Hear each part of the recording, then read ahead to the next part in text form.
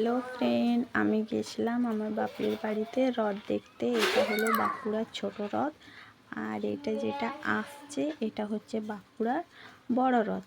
তো ছোট রথটা যখন দেখলাম তখন বেশিক্ষণ দেখতে পাইনি, কারণ সেই মোড়ে এসে দাঁড়িয়েছে তখনই রথটা চলে গেছে। আর বড় রথটা যখন এলো তখন অনেকক্ষণ দেখতে পেয়েছিলাম, কারণ এটা অন্য দিক থেকে আসে তো, আর এটা মানে একটু রাত করে এটা আসে বেরোয়। ও বাপরে, দমে ভিড় হয়েছিল, এত ভিড় হয়েছিল যে কি বলবো।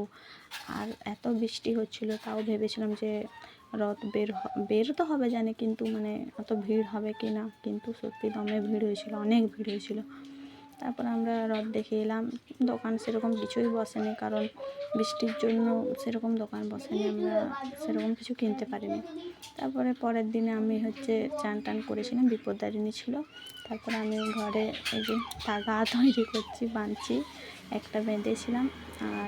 আর এগুলো আরও আছে, আমার মা আছে, মাসি আছে, আমার ঠাকুমা, তাদের জন্য আরও বানাচ্ছিলাম বসে। আর এটা হলো আমাদের কালী মন্দির, এখানে পুজো হচ্ছিল। সবাইকে বাই বাই। সবাই ভালো থাকো।